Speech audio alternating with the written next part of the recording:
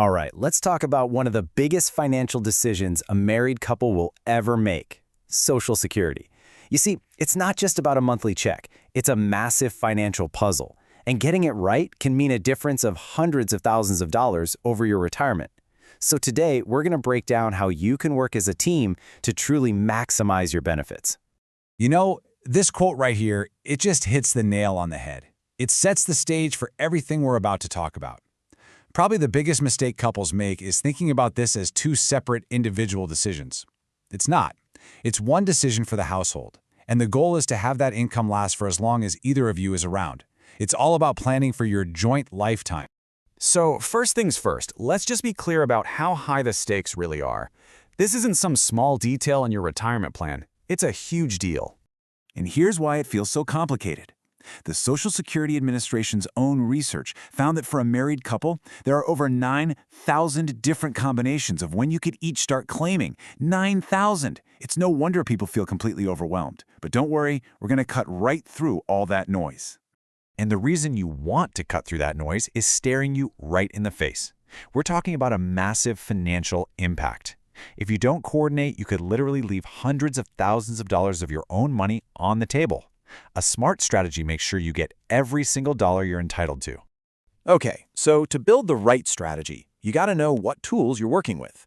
And for couples, the two most powerful tools in your toolkit are, without a doubt, spousal and survivor benefits. Let's break them down. First up, the spousal benefit. Think of this one as a safety net. It lets one spouse get a check worth up to half of what their partner is eligible for at their full retirement age. And that full retirement age, or FRA, that's just the age the government sets, usually 66 or 67, where you get your 100% full benefit. It's a really crucial income floor for the household. Next up, and honestly, this one is probably even more important, is the survivor benefit. This is so critical to understand. When one spouse passes away, the household does not keep getting two checks.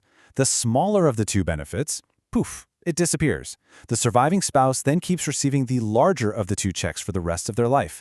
And that's exactly why making that higher benefit as big as possible is the whole game. And this chart really clarifies the difference. The spousal benefit, remember, is capped at 50% of your partner's benefit at their full retirement age. But the survivor benefit, that's up to 100% of the actual check the deceased spouse was receiving. And that can be a much, much bigger number if they waited past their full retirement age to claim.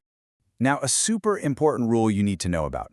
You might have heard about these old strategies where someone could claim a spousal benefit and let their own benefit keep growing in the background. Well, that loophole is closed. Today, there's a rule called deemed filing. All it means is that when you go to file, Social Security automatically looks at both your own benefit and any spousal benefit you could get, and they just pay you whichever one is higher. You don't get to pick and choose. Okay, so this brings us right to the main event. It's all about the power of teamwork. The only way to win this game is to approach it as a single, coordinated household decision. And here it is, folks. This is probably the single most important principle for any married couple. Because that survivor benefit is based on the higher of the two checks, the decision made by the higher-earning spouse has a massive, outsized impact on the financial well-being of whoever lives longer. This chart from Vanguard shows you exactly why waiting can be so powerful. That green line shows the difference in total money you get by claiming late at 70 versus early at 62. See that dotted line? That's the break-even age. It's the point where waiting starts to pay off with more total cash over your lifetime. For the higher earner, delaying their claim is often the best way to supercharge that future survivor benefit. So, with all that in mind, let's talk strategy. What are some of the proven winning plays that couples can use to get this right?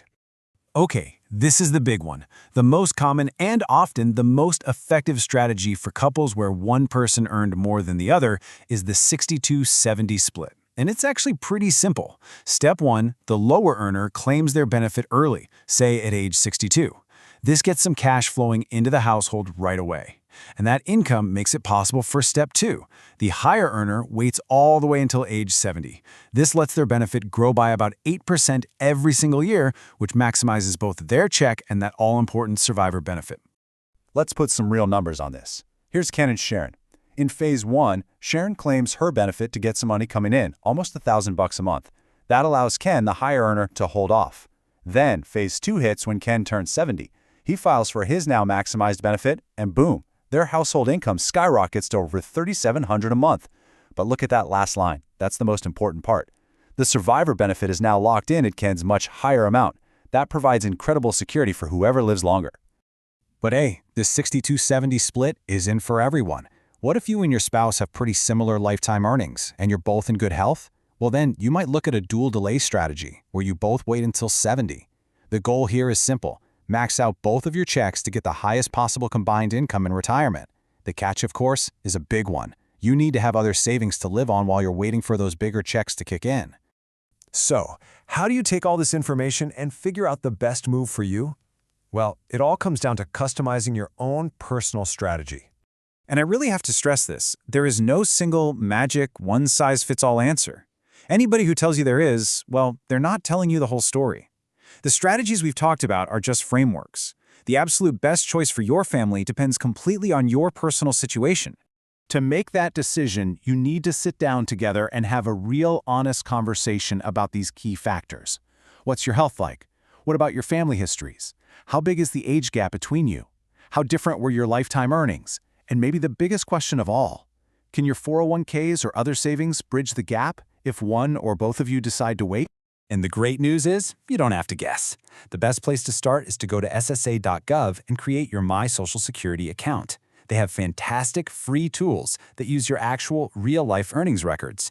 You can plug in these different scenarios and see the real dollar impact for your family. So I'll just leave you with this final question to think about. As you're mapping out your retirement, take a hard look at your Social Security plan and ask yourselves, is this plan built to last for just one of our lives, or is it truly built to provide security for both of us, for as long as either of us may live? Answering that question is the key to making the right choice.